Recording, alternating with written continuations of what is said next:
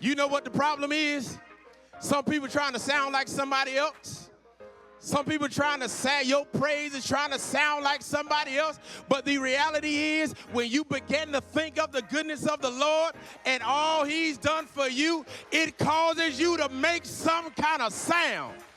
And when all the sounds begin to blend together, it makes a joyful noise. So is there anybody in the house today that can say, I ain't trying to make a sound like nobody else's?